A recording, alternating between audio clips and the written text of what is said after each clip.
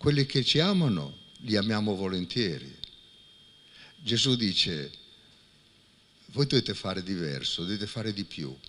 Amare coloro che ci odiano, i nemici, per arginare l'odio con l'amore. Lo chiede Gesù nel Vangelo ai suoi discepoli, lo ha ribadito il Vescovo nell'omelia della celebrazione eucaristica presieduta a Sestri Levante nello stabilimento della Vittorio Gandolfo, fabbrica sociale del gruppo Tassano, dove ad oggi sono impiegate una trentina di persone. Nel fare visita ad un'altra realtà lavorativa del territorio, Monsignor Tanasini ha sottolineato un altro aspetto proposto dalle letture, quello della solidarietà, l'attenzione verso il povero, quello che le chiese della Macedonia, pur nella loro situazione di difficoltà, avevano riservato per Gerusalemme, quello che lo stesso San Paolo aveva ritrovato in Gesù. Da ricco che era, dice Paolo, si è fatto povero per noi.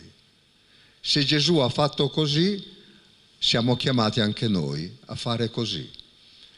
È una solidarietà che nasce profondamente, non semplicemente da un senso sociale, ma è la solidarietà cristiana, quella che nasce dall'esempio di Cristo. Parole che diventano realtà in contesti concreti, come quello della stessa cooperativa Gandolfo, nata nel 2003, oggi dà lavoro ad una trentina di persone che vivono in una situazione di disagio sociale. Questa è una cooperativa sociale che si occupa di inserimento lavorativo di persone che provengono dal disagio di varia natura ed è impegnata nella produzione di componenti per alzacristalli.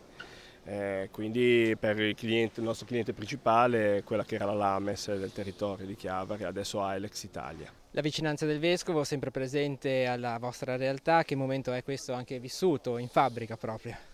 Sì, sempre presente tutti gli anni direi, abbiamo pensato anche, l'avevamo già fatto una volta, diciamo di proporre un'alternanza, cioè nel sito produttivo di Casarza, e quest'anno abbiamo pensato di farla qua a Sestri Levante.